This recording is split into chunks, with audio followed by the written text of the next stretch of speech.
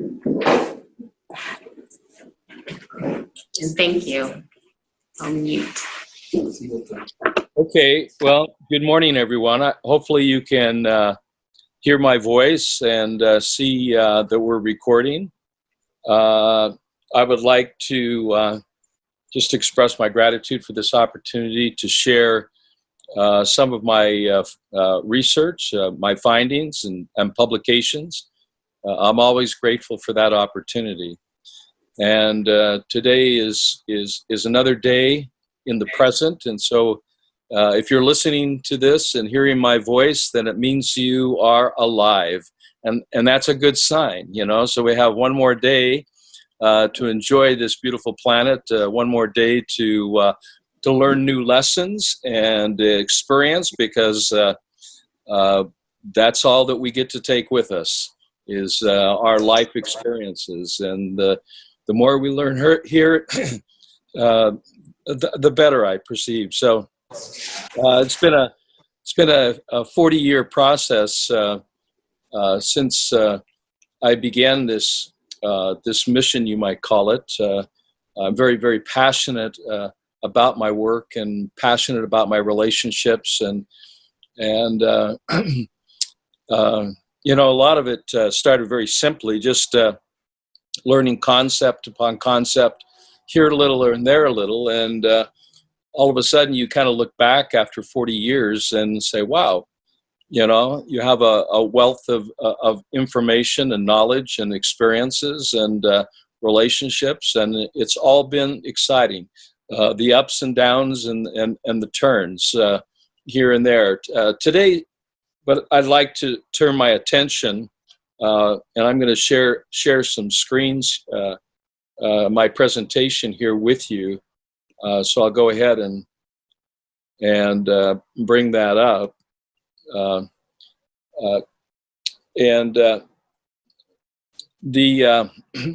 name of the conference, the Integrated Consciousness of Reality, I think is a perfect name. And when I see that word integration or integrated, I think of collective consciousness. I also think of the unified field, and I think about the source of all life, all energy. And you know, life on Earth would not be the same without that unified force, without that light, especially as we evidence that each morning when the sun shines, and that beautiful sun that allows us to experience photons of light, which is converted by the pineal gland into electrical energy. And I think you'll find that as we go through this discussion, and as I share some of my work, that the underlying point of life force and life force energy comes from the unified field, comes from this light or light force. And we convert that. One of the things that I've mentioned in my book is that our life force does not survive on proteins, on carbohydrates and fats. We do have physicality, but that physicality is really like putting on clothing of who our true essence is. And that true essence makes up a colloidal connection, which we refer to in chemistry as a soul, and that's spelled S-O-L. It's colloidal connectiveness, and that connectedness actually combines two dissimilar ingredients. The dissimilar ingredients is a spiritual being that's connected to a more dense being, which we call physicality. And that physicality allows us to experience one of the basic natural laws of the universe. And one of the natural laws of the universe is to experience the opposite of all things, the duality of life. And that is important, because without duality, we could not understand or comprehend the opposite of that, or appreciate. For example, if there was not hate, there could not be an understanding of what love is. And so in isolation, can we really comprehend, hot and cold without experiencing cold or hot? And through that experience, we learn at a very young age not to put our finger in hot water or boiling water, because that experience taught us that we would burn our finger. And so through the senses and through this duality within the universe, we allow who we truly are, which is spiritual beings having a physical experience, rather than physical beings having a spiritual, that we are eternal in nature, and what we can't experience in the electrical or spirit or light realm, we can experience in a form of physicality, which is then here becomes the school of life, where we can learn and grow and experience that duality. And so, that should bring us joy, because that's why one of our main purpose to coming here is to experience, not just talk about it conceptually, but actually experience true happiness and true joy. And, that can come through not just ourselves, because we have to love ourselves first, but it can come through our belief systems, what we're feeling, and how we act on those feelings, and especially what we believe, because belief is a power. And we know this in science through the no placebo effect, and the opposite of that is the placebo effect. But it's actually real. So you have to really mind your thoughts, wherever they're coming from, whether they're coming from a consensus between this connective colloidal consciousness of reality between a spirit and a physical being joined together, experiencing this duality of life, where we can comprehend, a word like happiness or like joy or like pain and suffering. And not that we want to experience that long term, but if we don't have it, then how can we really measure that joy? How can we really measure that happiness? So one of my colleagues, Dr. Galina Magalko, and we work together, and we travel together, we lecture together, we've published many articles. One of the articles that you may be familiar with is alkalizing nutritional therapy in the prevention and reversal of any cancerous condition. We presented this information, published it in 2015 in a peer-reviewed journal, and then we presented our findings at the International Conference on Oncology and Cancer Therapy in London, England.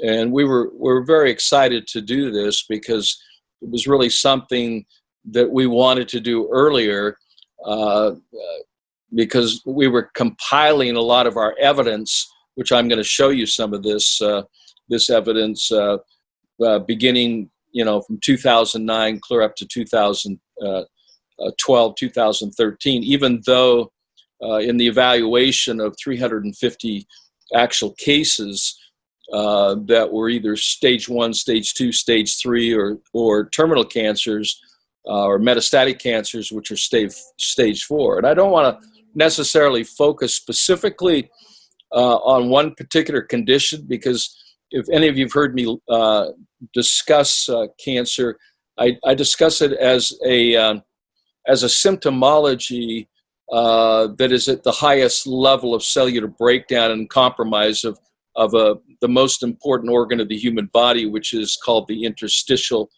fluid, or the interstitium, and what is contained there of the interstitial fluid. But as we look back at this colloidal connective tissue, we just released through Kimberly and Foster Gamble in their Thrive 1 documentary, which has been seen by more people than any other documentary that's ever been produced. Over 100 million people have actually watched this. This is the sequel to this, Thrive 2, and I highly recommend that you watch this in succession. Watch Thrive 1, and then Thrive 2 will actually give you, deeper understanding about the unified field and the new physics, the new biology, this new way of living, this new way of thinking, this new way of eating, feeling, believing, and helping you to understand that we're all connected. Not only just with families, but not just this planet, but outside this planet and beyond. Another documentary that was just released this week, which talks about the war on women, and regardless of your religion, your race, your culture, this war is been going on for many, many years. We're seeing a rise in breast cancer, not just in women, but also in men. Over 30% of all breast cancers are now breast cancers that are being treated in males.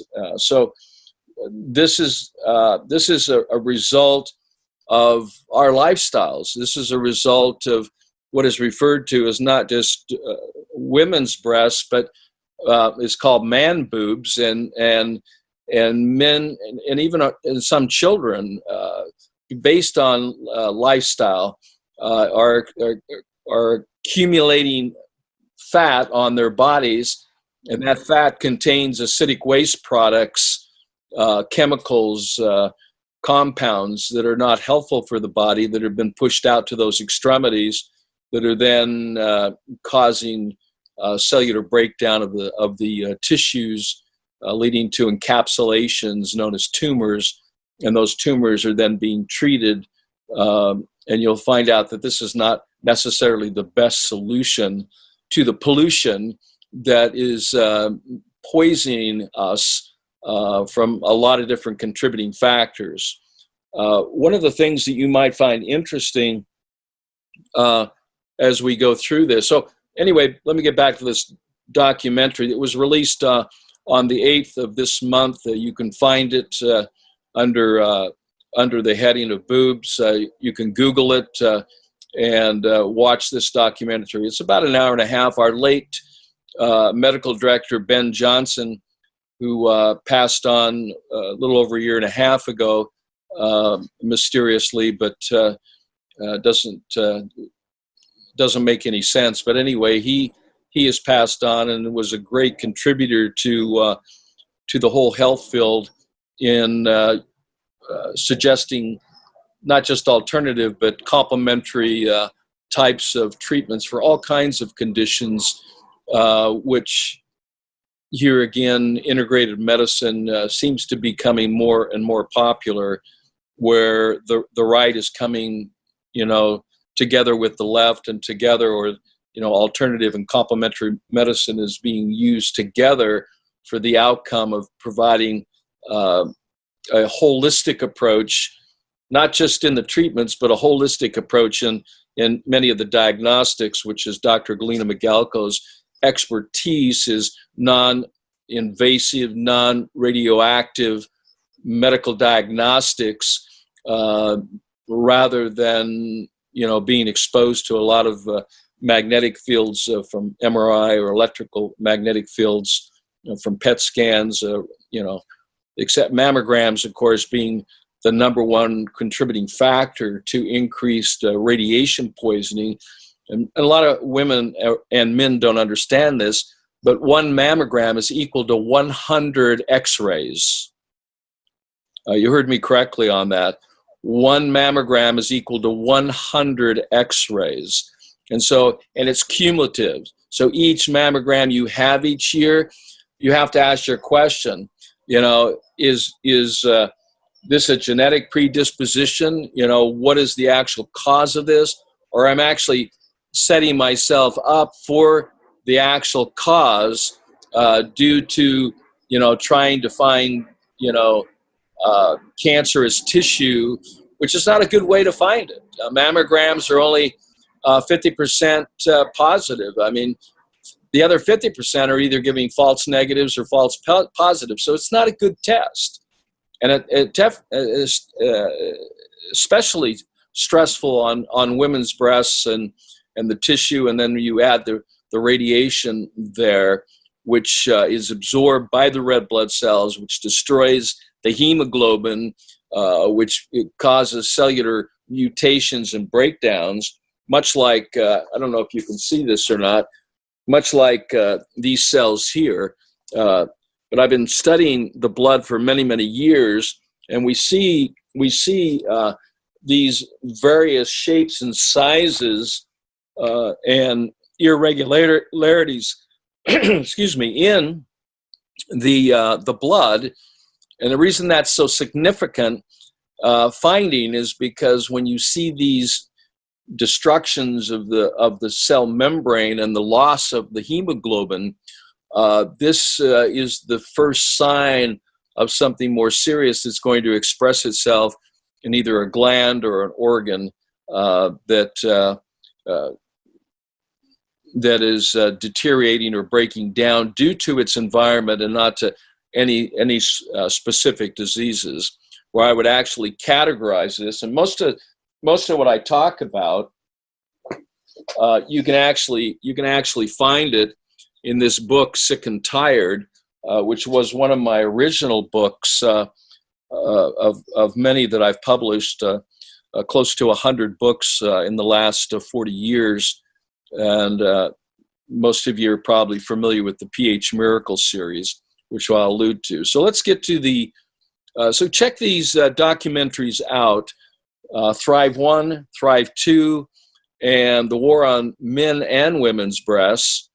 And so, once you get done with that, you'll see the citations that are quoted throughout these documentaries, because everything is highly checked, fact-checked, and researched, and citations are shown within our statements and conclusions. So here is the theory, the hypothesis of my work.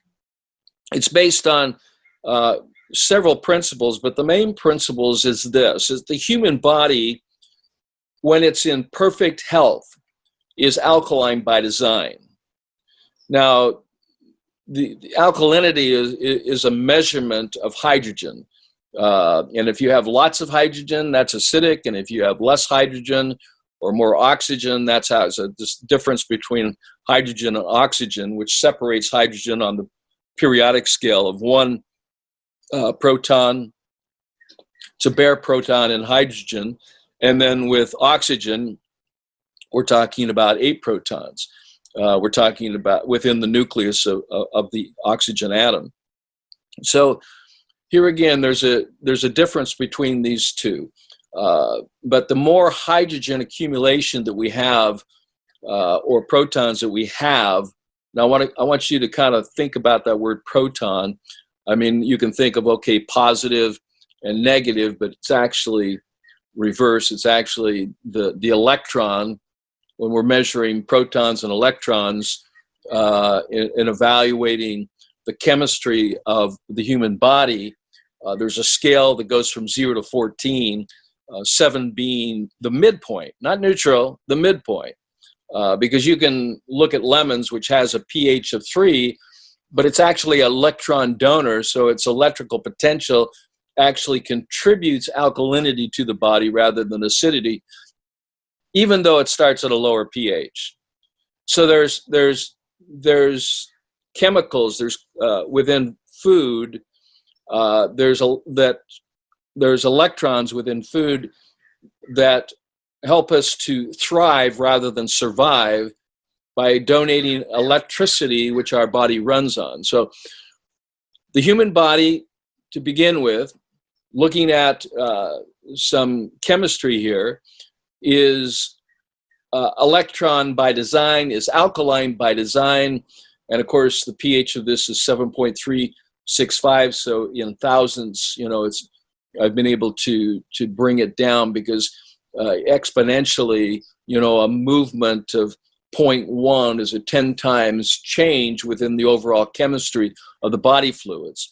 And I can say this right now, that when we're looking at a scale from 0 to 14, we're ideal for perfect health. pH stands for perfect health, that this balance of 7.365, if it moves to 7.265, we're experiencing an illness. We're experiencing a symptom. So that's a 0.1 change within pH. Now, to show you the extremity of this, if you go to 0.2, from a 7.365 to a 7.265 to a 7.1, you're in a coma. And if you go below 7 to a 6.9, of course, you're dead. You cannot survive a pH of 6.9. This is true with the oceans of the water. The ocean's ideal pH is 0.01 higher than our delicate pH balance. It is being altered right now. It's being altered by acid rain. Acid rain can be in the form of titanium dioxide. It can be in the form of hydrogen arsenic. It could be in the form of carbon monoxide.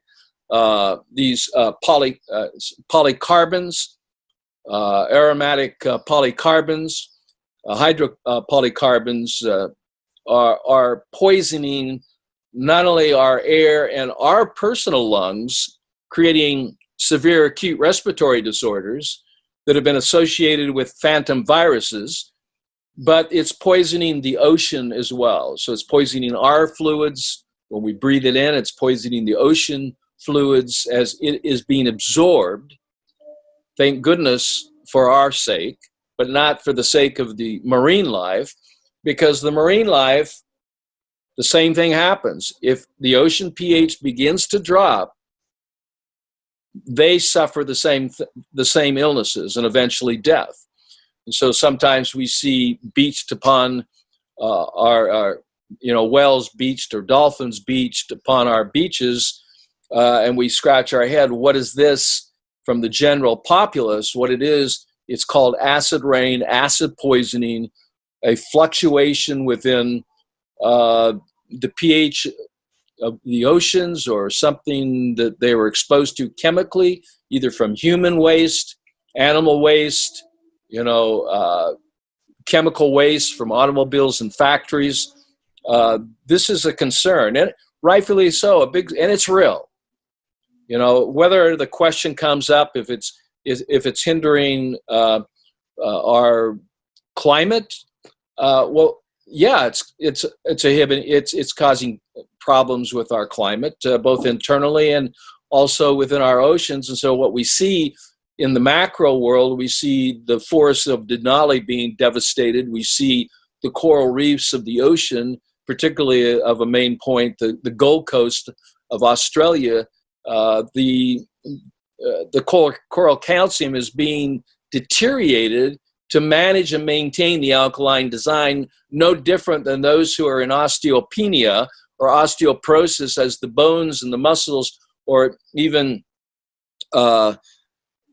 muscle deterioration as the body pulls calcium and magnesium from any source to maintain the integrity of the fluids of the body.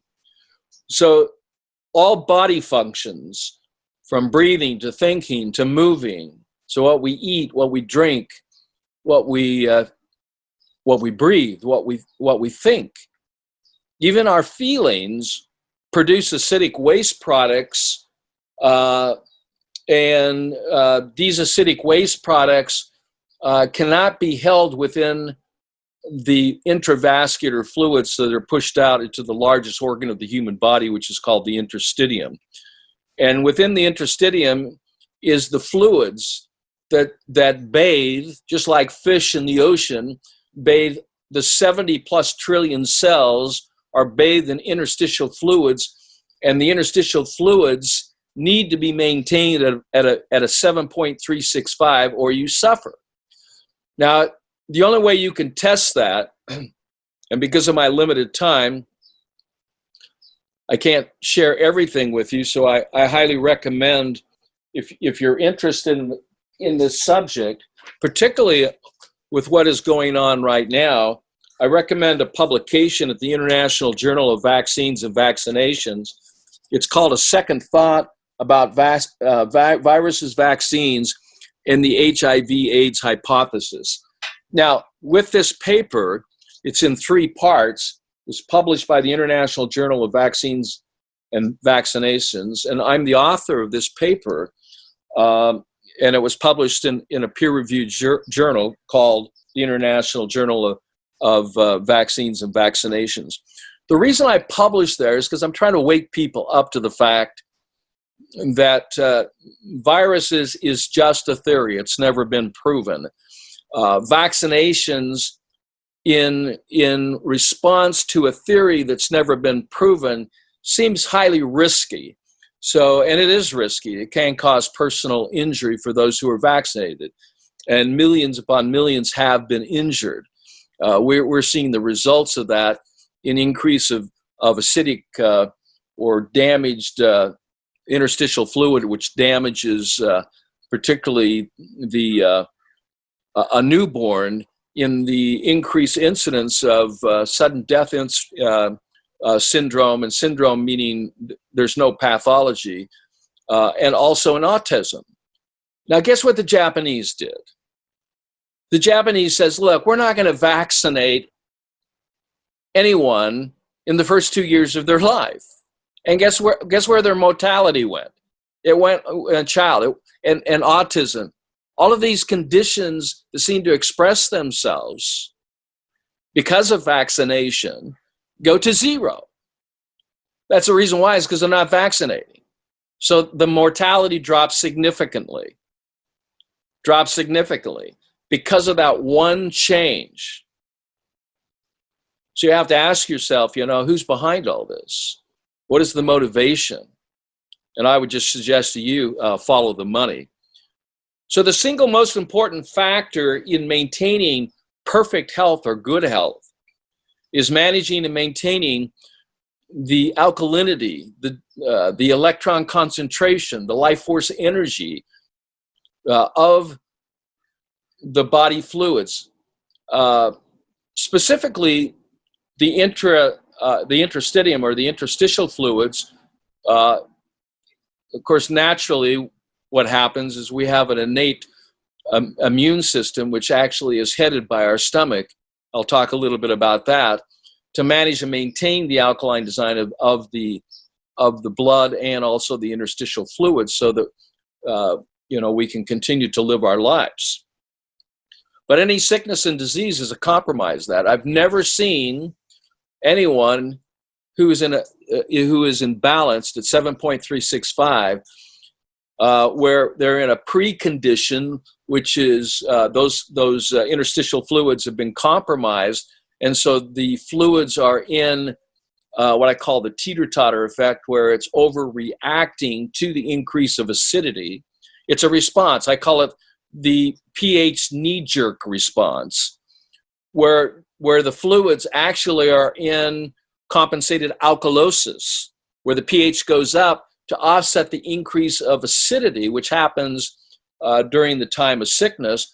But in chronic illness, maybe in acute, but in chronic illness, when you run out of the body's resources for managing and maintaining, when you're not taking the right kinds of nutrients, nutraceuticals, or nutrition, or food, or water, where you're not attributing to this fluid enough electrical potential, enough alkalinity to maintain the pH, it starts pulling from bones and muscles and other organs, and so they begin to atrophy. And as the acids build up, you go into a reverse position, which is called decompensated acidosis. And one of the number one causes of death in the hospitals, which is not, it's kind of like a secret. You're not supposed to talk about this, because people just die. but they die generally. The majority of people die from systemic sepsis. And systemic sepsis is unfortunately decompensated acidosis of the interstitium fluids or the interstitial fluids, because these are the fluids, just like the ocean. If there was a decompensation of the oceans where the pH went from 8.365 to 8.1 or 7.9, everything within the ocean is dead. And this is what happens, a disconnection. And that's when that soul, in religious terms, is spelled S-O-U-L, which is a colloidal connection between spirit and physicality. That's released because it's salt, it's alkalinity that keeps you within your body. So these are the things that that really aren't talked about. So it's like a secret about sepsis, the number one cause of death in the world, systemic acidosis, but it's end stage, so it's not statistically meaningful. Well, it is when you don't understand it. And unfortunately, sepsis is idiopathic, other than, they associate it with infection, or they associate it with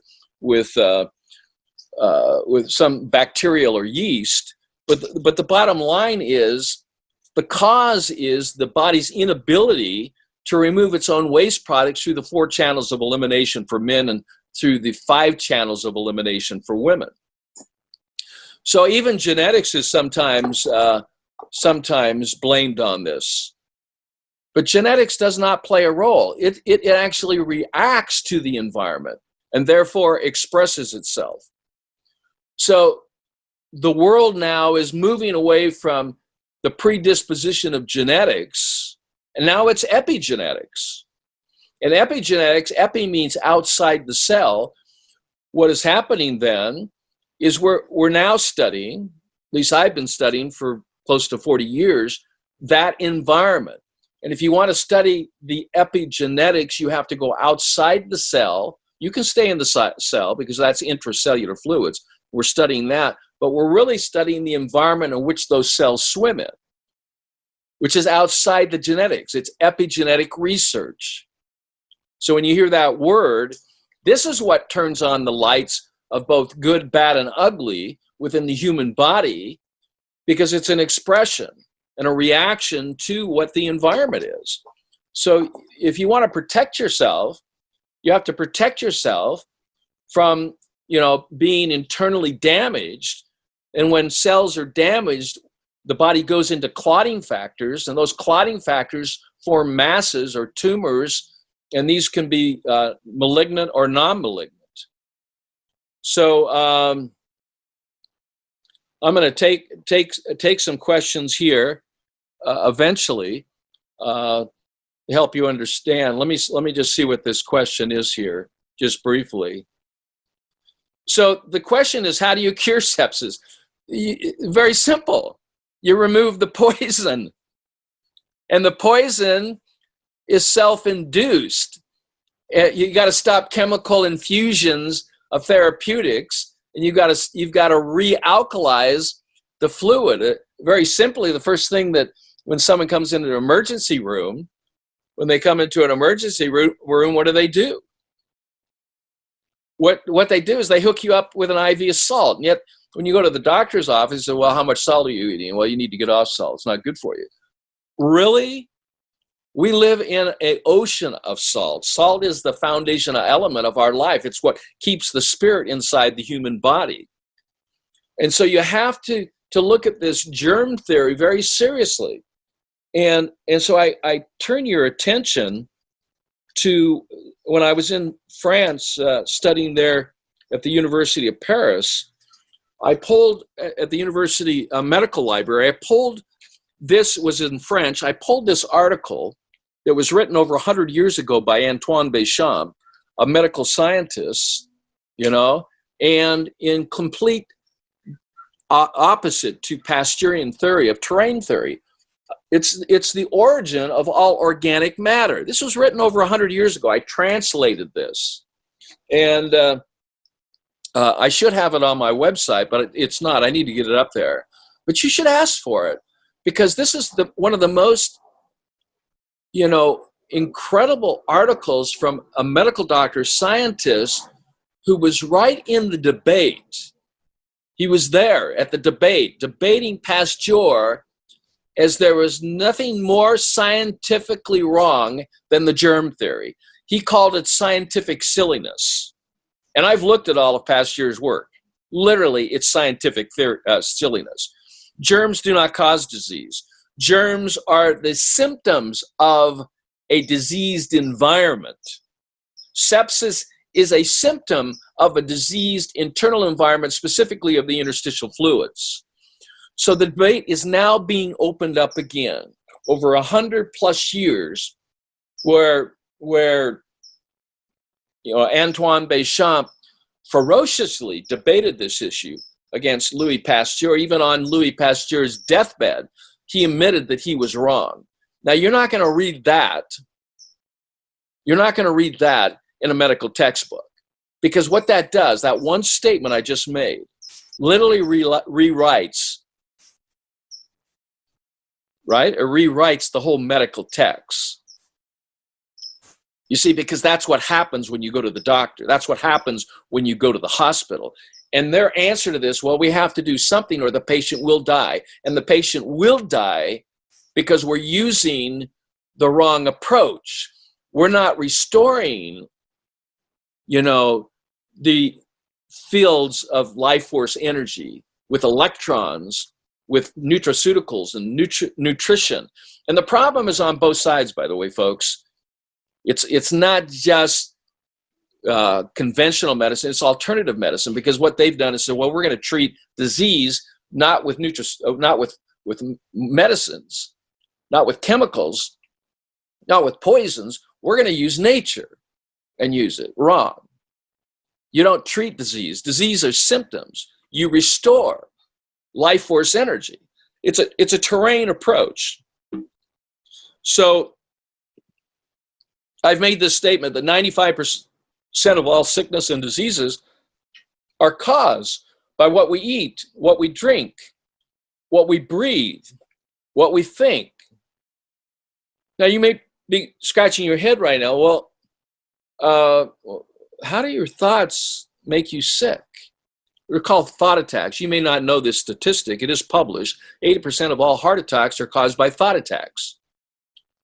We get in our head, we start thinking. The body needs life force energy to think. As we use that life force energy, it produces acidic waste products that, if not properly eliminated or buffered by the stomach buffers our acids. It's the main organ in a line of what I call the alkaline buffering system. It fills up the salivary glands, the pancreatic gland or organ. In this case, it's a gland, so it's secreting something. What is it secreting? It's secreting sodium bicarbonate. What is salivary gland secreting? Sodium bicarbonate. What is the gallbladder? It's secreting a compound that has a pH of 8.4. So when we look at this statistic and we look at the fact that over 90% of all the, and I'll get to some of the best plant-based foods. It's a very simple answer. It's called chlorophyll. Chlorophyll is the solution to the pollution. So as you look at this thing, we end up in a pleomorphic state where the human cell is only as healthy as its environment in which it lives. And so the terrain is everything. The germ is nothing. The germ is a symptom. If we treat the germ, we risk not surviving the treatment, because germs are symptoms of a compromised internal environment. This is what happens when we're exposed to chemicals, where we're exposed in air that we're breathing, or micro and nanoparticulates that we breathe in that compromises the interstitial fluid. When we eat foods that create more additional acids, water that is not electron rich, things that don't donate electrons. And so the body is injured inside, and to prevent internal bleeding, it begins to clot and form tumors or masses. And some of this is chelated. I hear this all the time. Oh, this is high in cholesterol. Really? Is that what we've come down to? Is try to determine, foods based upon whether they're high or low in cholesterol? Cholesterol is not bad. Cholesterol is good in an acidic body. In fact, it's actually created to manage the alkaline design of the body. You see how backwards everything is?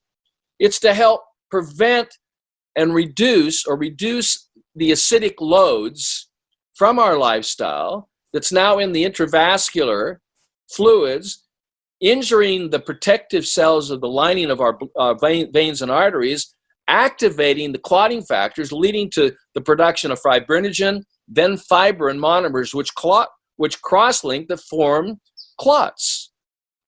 And on all the autopsies, all of them that have been done on so-called the phantom COVID virus that has caused this, they're all in pathological blood coagulation. This is what it looks like. This is a picture of it. The question is this a virus? I mean, because here, this is an unproven theory that the thing actually even exists. What does exist is pathological blood coagulation. What's causing it? A compromise in the pH of the fluids of the body. What's causing that? Chemical and radiation poisoning. How do you prevent it? The same way trees prevent it, with chlorophyll. Chlorophyll is the protection. When leaves lose their chlorophyll, they die. When we lose our hemoglobin, we die. Hemoglobin is identical to chlorophyll. So why would you be eating green plants? You eat green plants, what, for its caloric? Oh, that's high fat, low fat. Really? No, wrong. You eat green plants for chlorophyll because that is the ultimate blood builder. That is the ultimate purification for the pollution. This is the ultimate solution to the pollution. In fact, it was so important that I actually took the chlorophyll from mulberry leaf, which has a high concentration of chlorophyll. I took it from the mulberry leaf specifically and then concentrated that through water extraction, not heat extraction, water extraction, and purified it, okay? So there's nothing else but chlorophyll. And I did that so you could take that powder, put it in the water, and start drinking your way to health and peeing your way to health. You want to prevent pathological blood coagulation. This was one of the papers that I wrote. It's called Pathological Blood Coagulation for one of my PhDs in biochemistry. So the objective in curing any disease is found in its prevention, not in its treatment. So what does high chlorophyll foods do? And what are they? Well, cucumbers, spinach, all the leafy greens. We have broccoli. These are just a few of them, some of my favorites, of course. And so all these foods provide prevention versus treatment. So you don't treat disease. When I hear that, I just go, I wish I could just download this information to humanity, because we would stop treating disease and we would start changing the internal environment. And we can do that. There are therapeutics that do this. One of them, which is working to raise the pH of the alkalinity of the interstitial fluids or the interstitium, and people are scratching their heads, say, well, we don't want to do this as a therapeutic, is hydrochloroquine. Quin is quinine, which actually pushes, whatever you're taking. If you're taking zinc, which is a very powerful antioxidant, why? It's alkalizing.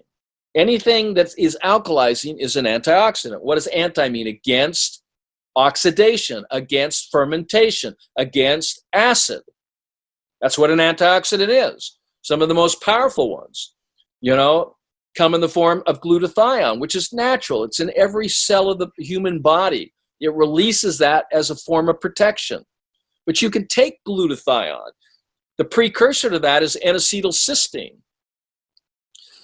So this is just what the pH scale, and I talked about that a little bit. I talked about the 3 major body fluid compartments. I mentioned the blood, the interstitial fluids, and then, of course, you have intracellular fluids. And when you get really sick and the body can't get rid of this acid, it pushes it into the, the body cavities, like what the symptom called pleural infusion. What is that? It's the body trying to get rid of its waste. It's putting it out in the fat, but you've wasted all that. We've got the incredible shrinking person because the fat is being used to neutralize acid. And people don't get fat, they're just over acid based on what they're eating and what they're drinking. But the main fluid here is the interstitial fluids. Let's just see what we have here. So why preference chlorophyll over spirulina? Spirulina, it does the opposite. It's a proton. It's a scavenger. It steals life from you. We're not talking about not talking about seaweed, but spirulina is produced in a declining pH because it's a scavenger. You want those things like wheatgrass, barley grass, kamut grass, straw grass, oatgrass, things that grow above the ground, not things that ferment and destroy the body. Anything that has any sort of algae or spirulina is a proton donor and an electron thief. It steals energy from the body. It only thinks of itself. If you want, you can't build healthy blood with spirulina or algae. You build it with grass. And that was, if you go back to the ancients and the ancient prophets, it was grass. So chlorophyll, using it not just orally, but bathing in it, using it rectally. Get off this hit. I've got to use acid. Coffee enemas destroys the liver. It cleans it so well that you end up with masses or intoxication, cellular breakdown. It doesn't. Liver disease is interstitial liver disease. It's in the fluids, folks, not in the cells. You cannot be putting coffee in there, which is one of the contributing factors to breast cancer, pancreatic cancer, and the reason why men are growing boobs. You cannot use that orally or rectally. It's one of the major 10 foods that never eat. And so, chlorophyll is designed to clear and clean because it's electromagnetically correct as a scavenger. But you have to keep the fluids clean. Now, how do you know whether they're clean or not? You test your urine. Urine is a product of this interstitial fluid. You can see it here in this picture. And if we look at the compositions, biochemistry, look at the sodium levels in blood plasma. Compare that sodium level to interstitial fluid. What's all the salt doing in the fluids around the cell? What's all the salt doing in the blood? Because it is the matrix by which electrons can be transported. It is the element by which is the beginning element for the creation in the stomach wall by the cover cells of producing its major alkaline element, the number 1 buffer, which is sodium bicarbonate. You see, potassium is key within the cell. So what I did is I put together in this product called 4 salts, I put together sodium bicarbonate, which the stomach produces and which is needed by intravascular and interstitial fluids. I also put with that product potassium bicarbonate. It's not just enough to take baking soda. It's a combination. And it's not just enough to take potassium and sodium. You have to have magnesium and a little calcium in there. These are the electrolytes, but the major ones are sodium and potassium in the bicarbonate form. Why? Because those are the ones that will neutralize the acids within these particular fluids. And one of my colleagues at Berkeley University of California, Berkeley, she said this: we have turned an evolutionary corner where we simply do not handle acid waste the way we used to. Why? Because we have acidic lifestyles. We eat acid food. We drink acid water, acid food. I mean, tap water is functionally unstructured. It's a symplast of molecules of water that can't hydrate the body. So in doing the research on the interstitial level, testing the fluids outside, the interstitial fluid outside the cell, and then testing it inside, people are dehydrated. And they're drinking, but not a drop to drink, because they don't understand that water just not only has to be purified, it has to be alkalized, it has to be ionized, and it has to be functionally structured, meaning it has to be less than 5 molecules of water, not 20, 30, 40 of what you're drinking right now, from bottled water, tap water, distilled water, whatever it is you're drinking. You have to functionally structure that water. And yes, I created a device to do that. It's called the Watermark. It functionally structured water by creating electricity to break the molecular clustering apart. So these are things that I've been working on, keeping myself busy. The stages of acidosis. If you're low energy, you're in acidosis. If you have sensitivities or irritation, you're in acidosis of the interstitial fluids. If you have mucus buildup, you're in acidosis. Mucus is the body's way of chelating excess acidity. Inflammation cannot be present in the human body unless there is a specific acid. And the major one, of course, is lactic acid. Induration is the solidification. So we see breast stones, brain stones, blood stones, gallstones, kidney stones. There's stones everywhere. The body is neutralizing those acids because it can't get it through, either perspiration, urination, defecation, or respiration. If that builds up, then of course degeneration. And so there's only one disease. And the one disease is the overacidification of the blood and then interstitial fluids due to an inverted way of living, eating, breathing, thinking, feeling, and believing. There's only one. Not multiple diseases, one disease, not multiple healths, just one health, one disease. It's really simple, and this has been my work. And once you understand this synergism that's taking place of the bicarbonate system, which is the alkaline buffering system, working in conjunction with other buffers, unfortunately, this is why I'm seeing the loss of hemoglobin, particularly in sick people, is because the hemoglobin is being used to buffer excess acidity. You don't give a transfusion. That's archaic. What you do is you alkalize the fluids and you start greening up your diet and you start creating an alkaline environment so that the body doesn't have to use its hemoglobin, which is now being used in the condition of this so-called SARS condition, of this so-called phantom virus. Hemoglobin is being wasted, and why is it being wasted? Because of chemical and radiation poisoning. One of the major contributing to radiation poisoning is Wi-Fi. And with the increase of power or force, going from like 900 megahertz up to 30 gigahertz to 30 gigahertz, is going to use up your bicarbonate, is going to use up your hemoglobin, and you end up dying of a theoretical phantom virus that doesn't even friggin' exist. What you die from, I eat too much acid disease, and I'm living it. We live in a soup.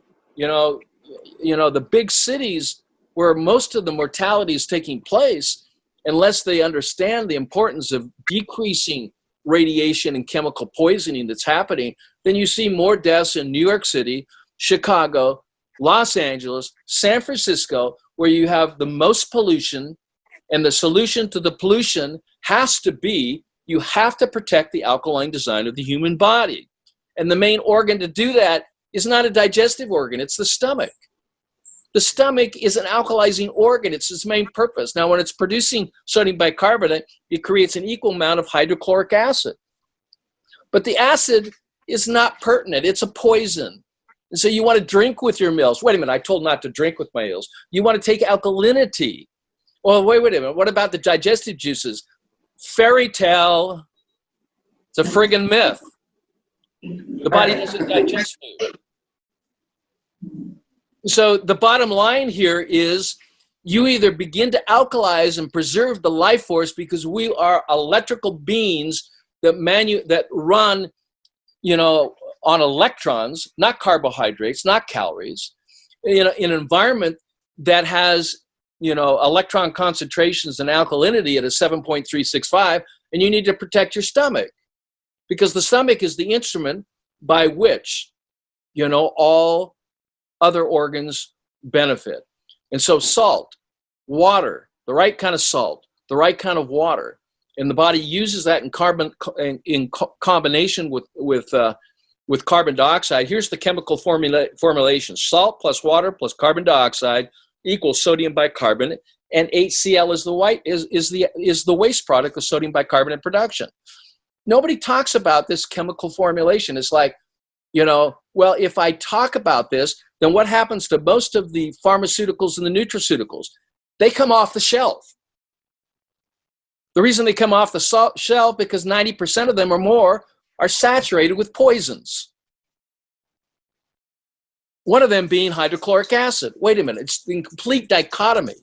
Unless your outcome is eugenic, we don't want people living longer or living better, we can't sell as much. So why don't I just keep them sick indefinitely? And eventually they'll die, but, out of the mouth of Henry Kissinger, everybody benefits. The world benefits, less population, or pharmaceutical companies benefit, more drugs sold, the doctors benefit. What in the hell is going on? So when we understand that hydrochloric acid is a waste product of sodium bicarbonate production, and that we have this delicate pH balance going on, do not believe your doctor or anyone who says, oh, the body balances its pH and food has nothing to do with it. Right. So if you go to the bar and you have too much to drink, that has nothing to do that you fall over and can actually kill yourself with alcohol poisoning, because it has nothing to do with regulating the pH. Really? You can't fall for that, folks. So the other myth is that blood is made in the bone marrow. That's only if you're starving to death. Blood is made in the crypts of the small intestine, and that was validated by myself many, many years ago, and was confirmed in 2018 that in the crypts of the small intestine are produced embryonic cells that become the erythroblast, then the erythrocyte, the red blood cells. You build blood, which then becomes body cells in the crypts of the small intestine. The reason why people can't get healthy is because they've destroyed their intestinal villi with this mythical, treatment of taking probiotics and enzymes, because they don't digest food well enough, because you can't digest fibrous foods. That's why animal protein is all out of the diet. Any fibrous food you have to break down either with your teeth or with a blender. And especially with a sick person who's had major destruction to the appendages, which is the root system of the human body that builds the primary stem cell. So what happens? Well, they're studying the after effect. Oh, look, we can look at this, do a biopsy, look at the corpse, look at all this blood that's being produced in the marrow of the bones. Yes, because the patient died. Because the real primary site of blood production takes place in the crypts of the small intestine. And it can only take place with liquid food at a pH of 8.4. So tell me, why are you taking enzymes and probiotics that destroys that environment? Because somebody told you? Or you just got bad information? And then this idea that comes to most people's heads, well, Dr. Young, can't you over-alkalize? The biochemistry is too extreme. Look at this. When we're taking sodium bicarbonate, it takes 20 parts of sodium bicarbonate to neutralize 1 part carbonic acid. Carbonic acid is a waste product of respiration. That is in order to maintain a balanced pH of 7.365. You cannot over-alkalize. It's impossible. So let me show you those products again. Right here, you see here, chlorophyll, pure chlorophyll. I mean, can I show you what it looks like? I'll spill it, but it's a dark green color. And then what you have is the four salts. And the reason I created those salts in their particular form, you don't go out and buy salt, you buy a compound that the body can use. Now, the body uses salt, right, as the matrix of which electrons are transported. But it uses salt to make sodium bicarbonate. Some people just don't have the time. We have to skip the salt. The IV of sodium at 0.9 is great. But you've got to put the sodium bicarbonate in there. You've got to put the potassium bicarbonate in there. You've got to put the magnesium. You've got to put the electrolytes in there. You have to put that in to survive an assault on the most important organ of the human body, the largest organ of the human body, which is the interstitium. It's larger than the skin. The body of water that surrounds every cell determines the outcome. So I'm trying to get as much and talk as fast as I can here to get as much of this information in. So all of the symptomologies from elevated cholesterol, that's a symptom of acidic interstitial fluids. In response to that, it's the solution to the pollution. But let's just address the symptom. So the higher your cholesterol means the higher acidity in the interstitial fluids. How do I know that? I test the biochemistry of the interstitial fluids. That's what Dr. Galena and I do. Oh, what's this tumor? The tumor is the protection. And if it seals off, it'll crystallize and disappear. Leave it alone. Don't start biopsying it. All you're doing is punching holes in it, allowing more waste to come in. And in many cases, this is what causes the acceleration of so-called growth. But it doesn't metastasize. These fluids are throughout the whole body. They affect the weakest organs of the body. So cancer is not a disease of the tissue. Cancer in the lung, cancer in the liver, cancer in the pancreas, cancer in the uterus or the ovaries or the prostate is a condition of an acidic condition of the interstitial fluids of those specific organs, including the brain. And you have a group of cells. It's called the nucleus totalis solitaris ascites. It's a bundle of cells. They control, this bundle of cells is in the brainstem. They control homeostasis, temperature, body chemistry. It's being suppressed by air pollution. It's being suppressed by radiation. It's being suppressed by wearing a mask. It's being suppressed. Seems like, what is the outcome here? We are oxygen beings. We need oxygen. And that oxygen can come in different forms, but we're literally suffocating from being polluted by our environment, which then becomes our internal environment. So we have to find solutions to the pollution. Because if we don't, this is what happens. Cells start breaking down. I mean, here you see the crowning effect under an electron microscope. I mean, these are taken years ago. I started taking pictures of the corona effect in the 80s. And what happens is when you damage cells, and that which are part of a tissue or an organ or a gland, the body has to protect the other healthy cells. It's kind of like taking a bushel of apples and putting a rotten apple in a bushel of apples. It rots all the other apples. So what does the body do? It encapsulates these rotten cells that haven't been broken down or eliminated, and it creates a clot or creates a tumor formation. It's a mass. And if it's vascular, then it's going to get bigger and bigger. But it's because the environment hasn't been addressed. We're attacking the wrong thing. We should be hyperperfusing alkalinity rather than treating specific diseases, because there are no specific diseases. Here's what orotic or lactic acid looks like in using a compound microscope under phase contrast microscopy. Here's sulfuric acid from proteins. These are bloodstones. Look at the cell up here. There's a hole in it. That's a red blood cell. These cells have used up their hemoglobin. What's using it up? Acid. Where's the acid coming from? You. What you're eating, what you're drinking, what you're breathing, what you're thinking.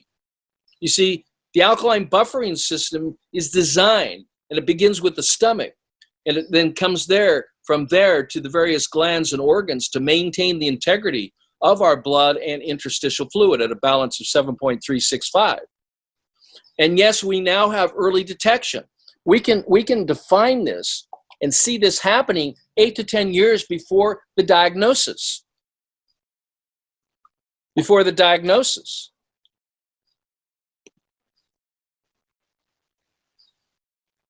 I'm going to show you a case study here on lung cancer. So, and on a terminal lung cancer, all right?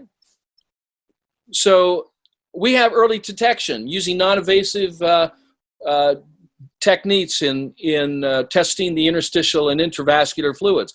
We don't have to take these fluids out of the body. It's totally non-invasive. Yearly ultrasounds, 3D functionality testing, drive-in live blood. These are non-invasive, very simply done, that can save one's life and extend the quality and quantity of one's life. You know, just some research on prevention and reversal of cancer. So cancer, or any disease, enervation, sensitivities, inflammation, metabolic disorders, these are adjectives describing, you know, what's really happening, which is an overacidification of the interstitial fluids. And people scratch their head going, you know, how can Tom Brady at the age of 43 play football at his level, you know, and win championships continually and doesn't want to retire until he's in his 50s? Why can he do this? It's because he loves the game, he's passionate about it, and he's on this program. He drinks functionally structured alkaline water. He eats green foods. You see, this is how you do it. You protect the interstitial fluids, which protects the vascular system, protects the intracellular fluids. It's very simple. You know, you either vaccinate the fish, you either give antibiotics to the fish, you either treat the disease, or you change the environment. This is the terrain theory. The terrain theory is now getting more momentum. People are waking up to it because diseases are symptomologies. They're not conditions in of themselves, other than the only one condition, which is the overacidification of the blood, then interstitial fluids, due to an inverted way of living, eating, and thinking. And when we look at these inner fluids and how they interact from the blood capillaries to the interstitial fluids that we see here, to the lymphatic system, which is the sewer system, to remove all this either through the pores of the skin, which is over 30% of your waste comes out through the pores of the skin. Don't cover that up. If you start alkalizing, when fluids and gases or liquids come out through the pores of the skin, it smells good. And this idea that your pH of your skin is 5, here again, another myth. It's only 5 because you're on the I eat too much acid, you know, program, and wastes are coming out from the interstitial fluids and then out into the lymphatic system through the pores of the skin. The ideal pH of the skin, once again, 7.365 or higher. And you can test the urine, which is a product of the interstitial fluids, to determine whether you're in metabolic alkalosis or acidosis. And the ideal pH for urine should be 7.8 or higher, ideally at 8.4. But anytime you're at 7.2 or less, you're going to be feeling low energy, you know, lightheadedness, dizzy. You're going to create symptoms. People that are really sick, their pH of the urine is at 5.5. Here again, that's a normal range for the medical community. You know, 5.5 to 8.5. Wait a minute. This is exponential. We're talking about hundreds of times more acidic from one point, which is high, to one low point, which is low, when we're dealing with, you know, the biochemistry of the body fluids. You have to alkalize, you know, to maintain the integrity of these internal fluids, of which Dr. Galena and I have published on in 2015, and we continue to publish, these conditions that we call diseases. Oh, by the way, when we're talking about colds, there is no virus associated with a cold. When we're talking about flu, there is no virus associated with flu. These are nothing more than the body's forced expulsion of metabolic, dietary, environmental waste being pushed out through the pores of the skin or through the orifices. You don't stop a fever. You alkalize a fever. Allow and open up the channels of elimination. How do you do that? Through sweating. The body induces a fever, night sweats. This is the body trying to remove its own waste product because you're not getting up and urinating, so you're urinating through the pores of your skin. So diabetes is not a disease. It's 100% reversible. These conditions of the lung, the pancreas, are 100% reversible if you get it soon enough and you understand the disease is not in the pancreas, it's in the fluids of the pancreas. You see the difference?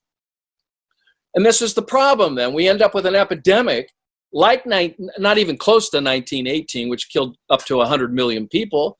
Here again, we had introduction of radiation, electrical pollution in the form of radio waves. Then on top of that, symptoms of the so-called flu, which was the forced expulsion of waste. Scientists says, well, we're going to treat that based on the Pasteurian theory, and 100 million people later die. This happens every year. Every year when people line up for their flu infection, because the ingredients in the ingredients that are pushed into the vascular system are then immediately, because they're poison, aluminum oxide, formaldehyde, ethanol alcohol, genetic matter from aborted babies and animal products, RNA and DNA factors, or fragments. And we're going, oh, thank you. This sounds really good. You wouldn't give this to your worst enemy, unless you were trying to pollute the solution, which is trying to purify itself. That all goes out into the interstitial fluids and sets up the same conditions that you were trying to eradicate. The body has to force this out. And it forces it out by increasing temperature, opening up a circulation, opening up the pores of the skin. But we don't want a pandemic. Maybe there are some that want a pandemic. Maybe this was not a pandemic, it was a plandemic. But polio is the same way. Smallpox is the same thing. These are expulsions that go to the surface of the skin. These are poisons that are coming out that are chemical or radioactive in nature that are now expressing themselves, coming from our food. There's been many judgments given for the poisoning of our foods with glyphosate by Monsanto and now Bayer. Glyphosate is a pesticide, insecticide, it's an herbicide that is in our foods, and it's a poison. And it's been directly associated with the so-called Zika virus. Zika virus, which was just before COVID-19, because we have to have a virus every year. Sounds like, a marketing plan than anything else, which is promoted by the true virus, which is the media, and with the true disease, which is ignorance, with the true solution to the pollution, which is common sense. Current medical science calls this pathological thinking and a vaccination. This, my friends, is the real pseudoscience. When the cause is not known, how is prevention or cure possible except by luck? The reason why alkalizing compounds like bicarbonates of sodium and potassium, why hydroxychloroquine works, because it raises the internal pH of the internal fluids by 0.25. 0.25 can save a life.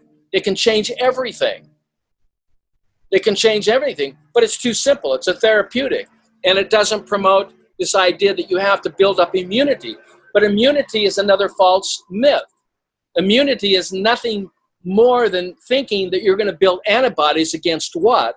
Sure, the body is going to activate lymphocytes that release what? Alkaline compounds in the form of what? Electrons. What are they carried on? Hydroxyl ions, OH minus. That's what's released by the cells. Wait a minute, I can put that in my water and drink it.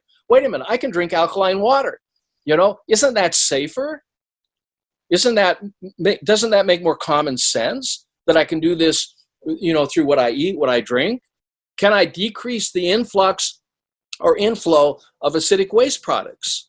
So the study of disease is perverted health. I mean, what I've been studying coming out of the field of amateur and professional athletes, I've been studying what keeps an athlete healthy. Tom Brady's a perfect example of that. Perfect example of that.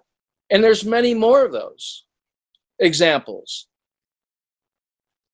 Roger Federer is another example. He's still one of the top 1 or 2 players in the world. He should be retired by now. He says he's playing better tennis than he was 10, 20 years ago. The bottom line is, when you understand the principles of managing and maintaining the alkaline design of the internal fluids with the right kinds of alkaline foods and fluids, and you recognize that we are living in a soup of radiation, and you try to prevent yourself or prevent this by turning off your Wi-Fi at night.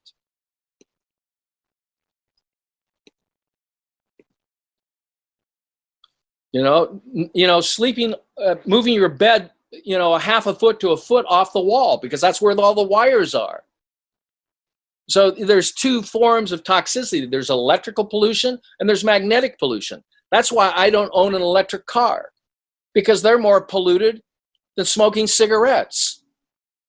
They produce a magnetic field of up to 300 milligauss.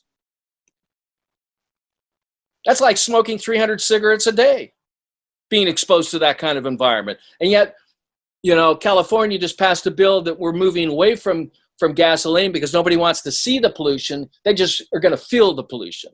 So we're going to have clean air while we're killing ourselves with electromagnetic fields, which are invisible. People, we have to wake up to this and realize this all leads to the cycle of imbalance. Disturbances, negative thoughts, negative words, negative deeds, polluted environments, acid diets, radiation, destructive emotions. Anger produces acids that destroy your liver.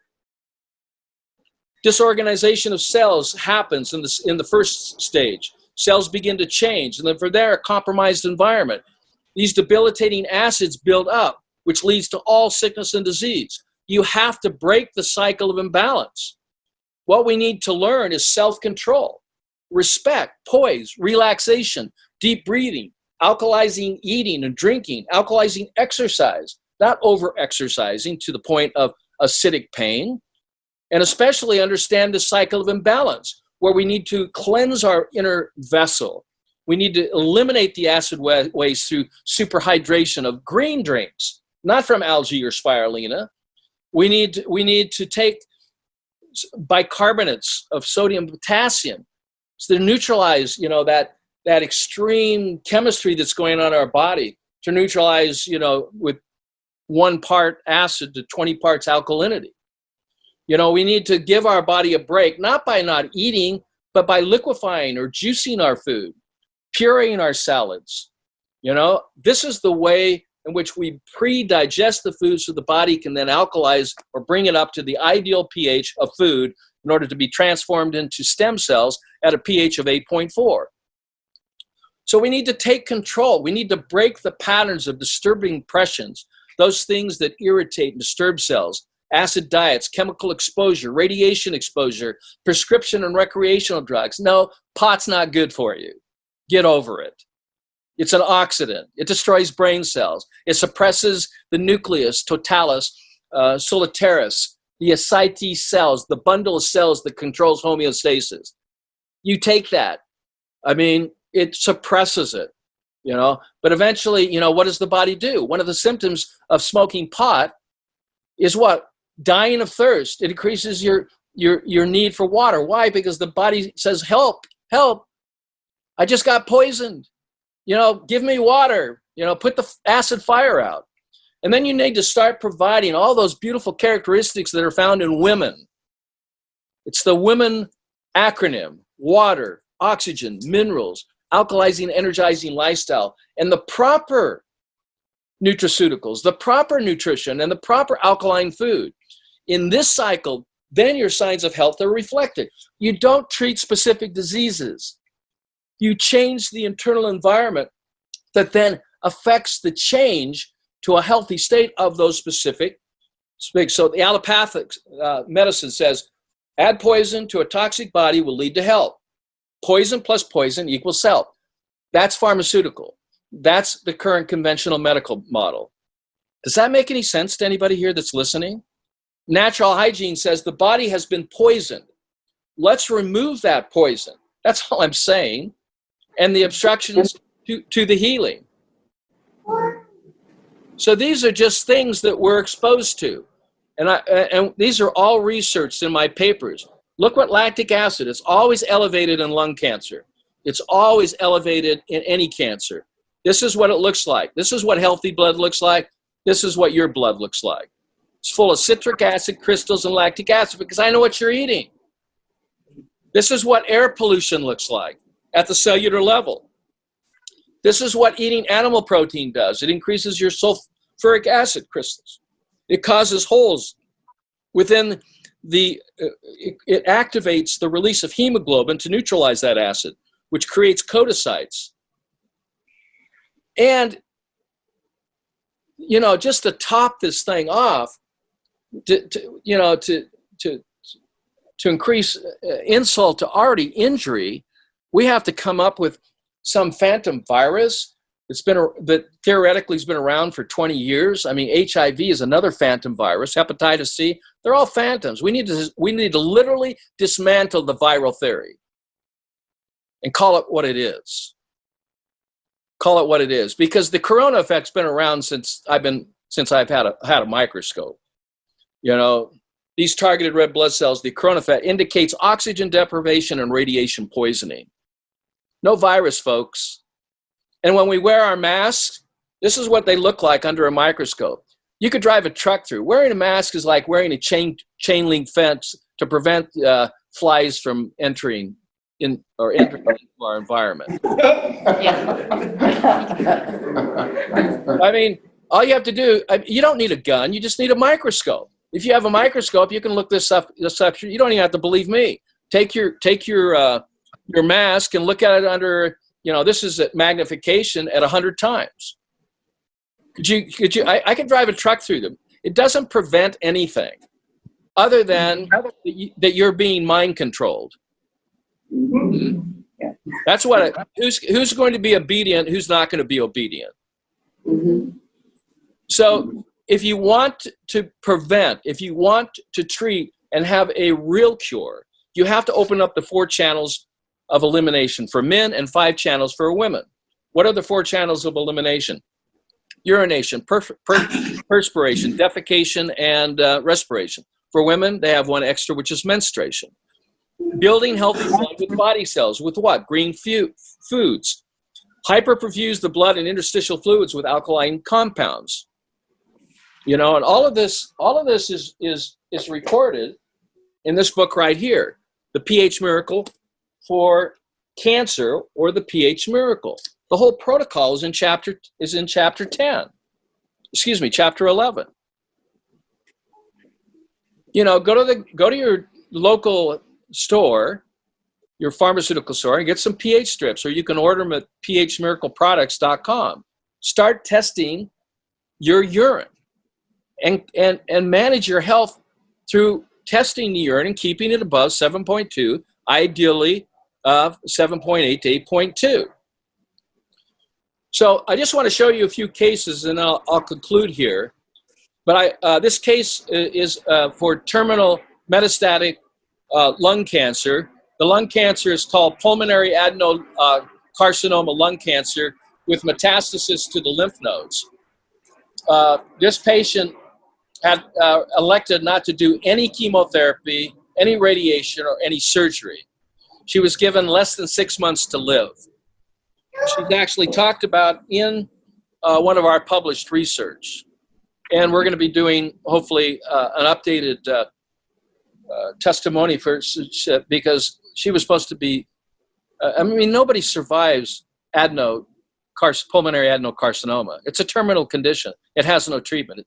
And the cause of it is very simple. It's interstitial lung disease. Anyone that has a lung cancer or lung disease, it's in the fluids. It's not in the tissues. So this is, at the end of this was just recently, her doctor said this. The patient sought help from Dr. Robert Young in Valley Center, who started a program which didn't only give complete remission. Did you hear that? On a terminal cancer. Complete remission. There is no cure for this disease. No one's ever survived it. We have 100% success on everyone that we've had the opportunity to do this that hadn't been injured by chemotherapy, radiation, or surgery. Complete remission, but continuous remission of the patient's cancer, which is remarkable and unique and can only be related to this PH Miracle program. Normal expected survival rate, conventional medical treatment, and radiation is, guess what, folks? 0. I no longer have life-threatening metastatic cancer. This is from the patient. And I now also have documentation from my conventional sources saying it was the right thing to do. Now, there's a doctor with integrity. And that is hard to find.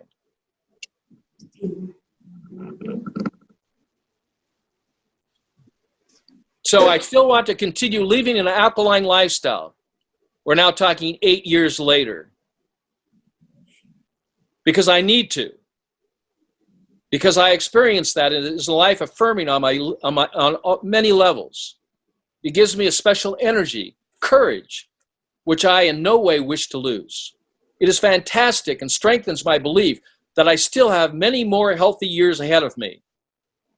I get a lot of time to be there for those whom I love and those who I share an active life with.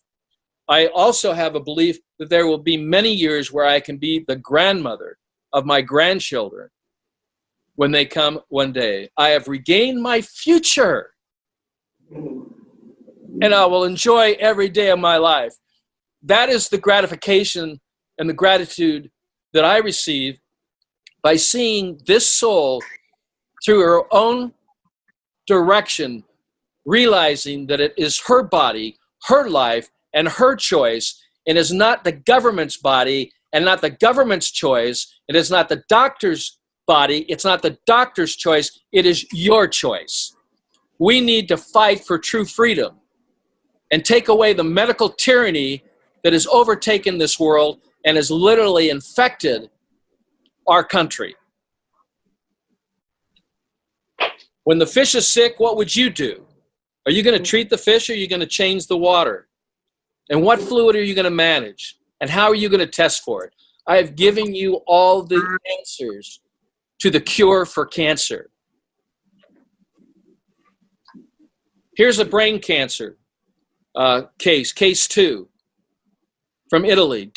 Another one, diagnosed with pulmonary adenolung cancer with metastasis to the brain. Cerebral metastasis from a pulmonary carcinoma with terminal progress. Still alive today. What is this person drinking? Algae? No. Spirulina? No. Greens, avocado, spinach, celery, cucumber. You see, salt, not sugar. Conventional medicine has no treatment for this condition, thus was told by the doctor that his cancer was inoperable, terminal, and had no treatments for this condition. There's the tumor. It's a complex tumor with a mass and a cyst. Okay? Here's the scan. This is after treatment. Gone. Now, why is that important to me? Because I had a daughter, and I have friends, and I have loved ones, and I have patients that want to know this. But this is being suppressed. And the reason it's being suppressed, because it doesn't fit the narrative. The cure for cancer was denied publication. We had to go to a second-tier publication to publish it. The reason it is not knowledgeable, because it's not profitable. And I heard that out of the mouth of a major university and their trustees. We cannot continue to receive our funding or receive funds, to sustain our university if we announce the cure for cancer, period.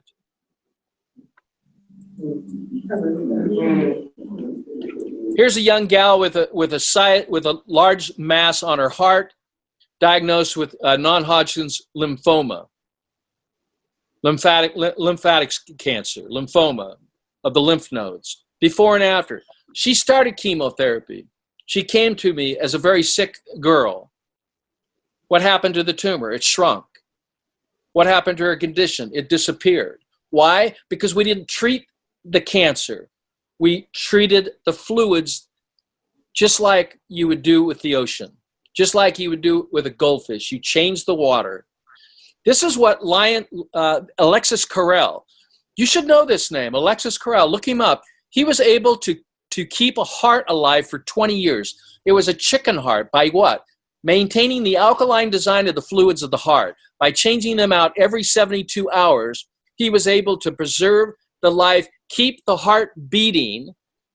And then he's known as the modern day father of transplantation and received a Nobel Prize some 50 years after his discoveries. We're talking early 1900s, 1906. We've had this knowledge for over 100 years. But see, the petrochemical companies don't want you, the people, to know this. Because you, the people, would then take control of your health, and they want control of your health. They want control of your bodies. How do I know this? I know it because I've been arrested 3 times, and I spent time in jail for telling the truth. And I have the scientific knowledge and the research and the backup to back up every word that I'm saying. Liver disease, same thing. Look at the blood. Look at the person. Look at the difference in 12 weeks. The proof is in the pudding. Not that you would eat the pudding, unless you're talking about a smoothie shake, an alkalizing shake. But this is the transformation, before, after, before, after. Electron micrographs of cancer of the breast. A woman from Russia. We have patients in over 150 countries. Yes, that's real. When I got out of jail, I visited over 30 countries and lectured at major cancer and viral infectious disease conferences. But here, I show this picture. Dr. Galina did the work. She established, which is using a tool of thermography, which is the only tool you can use to actually see inflammation. You see here in the left breast a tumor at the size that is also infections in the ducts. This is inflammatory ductal cell carcinoma. The only thing they can do is a radical mastectomy and hopefully get everything out. If it metastasizes, it's game over. This tumor, okay, which was over 14 centimeters, reduces in the first week, in the second week, in the third week, in the fourth week, in the fifth week, the sixth week, down from 14 centimeters, less than 2 centimeters. And then when they removed that, because the patient made that decision, that she wanted to remove that small mass, they did the pathology on it, and guess what? Non-cancerous. Because that's the normal direction of a tumor that is left alone. Now, this was a diagnosis, because in cancer diagnosis, they can't diagnose you unless they do a biopsy.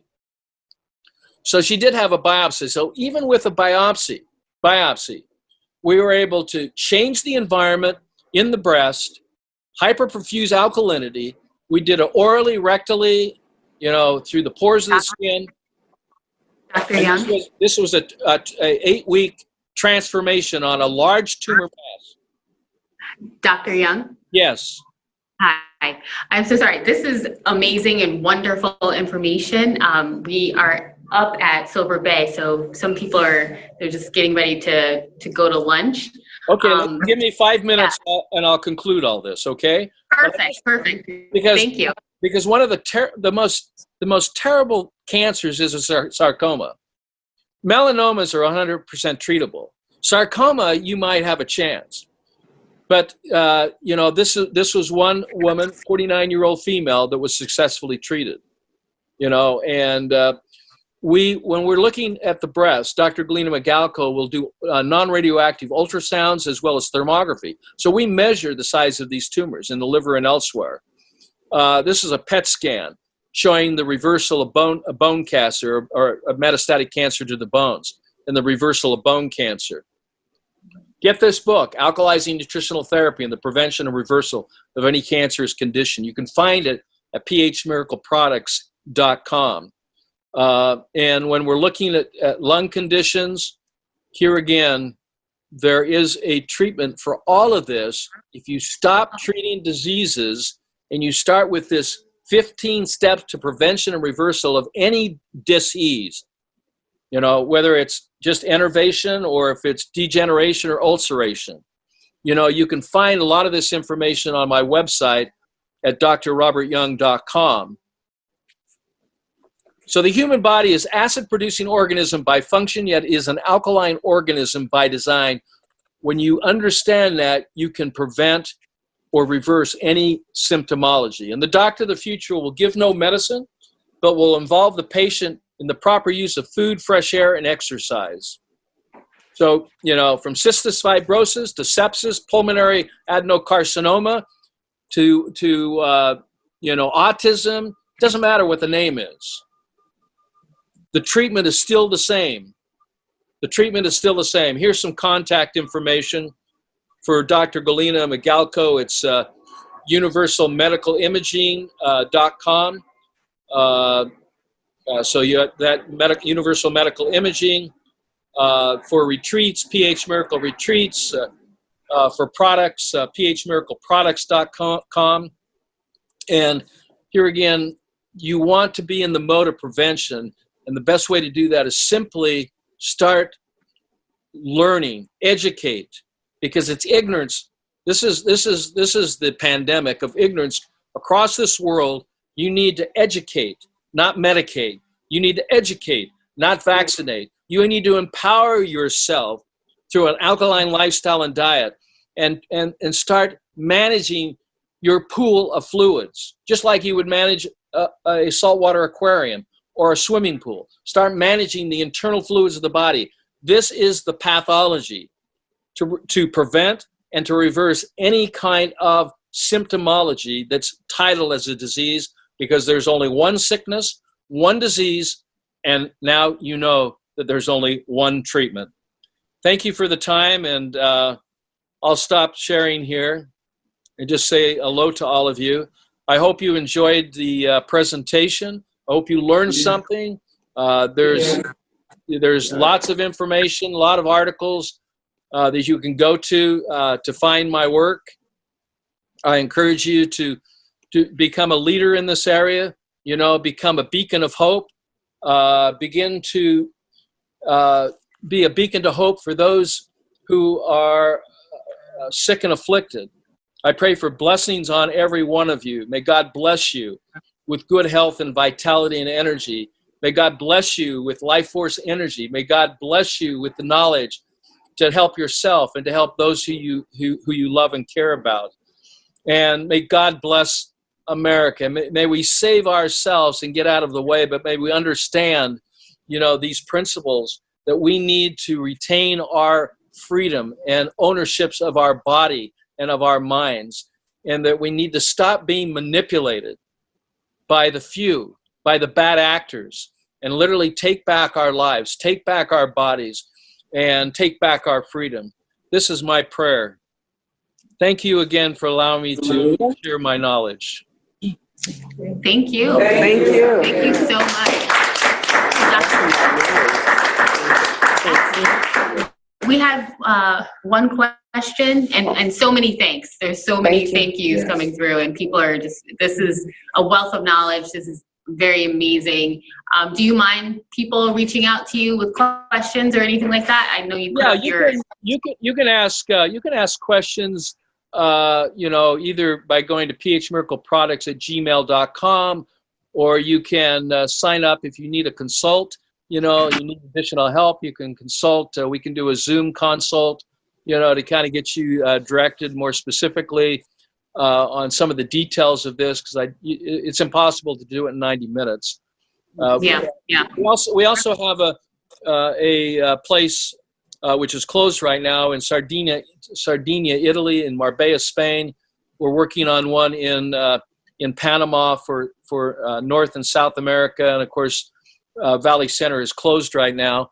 But we do have a diagnostic center in Los Angeles, California, where we do non-invasive medical diagnostics. We have a team of licensed medical doctors, radiologists, and that review all of this testing work. And so you can set up an appointment just by going to Universal Medical Imaging to learn more about that, universalmedicalimaging.com. So there's lots of resources out there. My books are in the bookstores.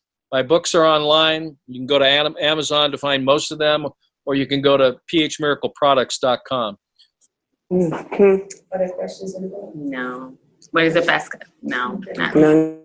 What is the best combination of your products to start with? Was a question. I call it the foundational four, the four cornerstones. One is for building blood. It's called the iJuice chlorophyll. One is for circulation. It's called the pH Miracle L-arginine Max. It helps to increase circulation to all parts of the body. The other one is an alkalizer to support the alkaline design of the body fluids. That is called Four Salts. And the other one is, there's actually two. One is called a flavor salt. It's a pH Miracle product, which is a 30%, not a 1% solution like you get at the hospital. This is a 30% solution to help neutralize the pollution. And of course, that's orally administered, as well as, things that I've mentioned in here, like glutathione and acetylcysteine, the world's only water-based glutathione and N-acetylcysteine, which can be taken orally or nebulized. Most of this can also be used in a suppository or rectal infusion. So that's the other one that I would suggest would be the Inner Light Super Greens, which was the first powdered combination of grasses and herbs, plants that came out in the 80s, and it's been sold internationally for close to 40 years. So that's called Inner Light Super Greens. But those are the main ones that you support yourself with, and then there's other things you can add to. They're called support products. But you can go to phmiracleproducts.com and look at some of the product offering. Okay. Thank you. Thank you so much. This is amazing. Great. Well, I'm so happy that you hopefully learned something new today. We learned a lot. We learned a lot. Yeah. Okay. Well, the only thing I have a question.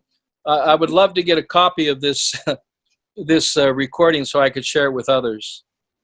Yes, I will have that for you on Tuesday. Great. Thank you so much. Have a beautiful weekend. God bless you all. God bless America. And don't forget to go out and vote, okay?